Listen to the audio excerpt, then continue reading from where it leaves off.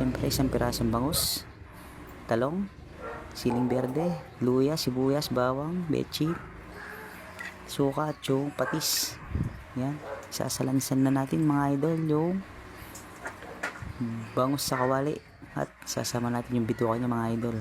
Hindi mawala dyan yung luya para sa lansa, yung sibuyas at bawang para sa aroma mga idol, at yung siling berde.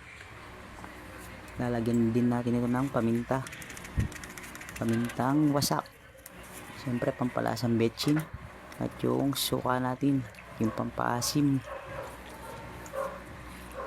Lalagyan din natin ito ng pampalat nating patis,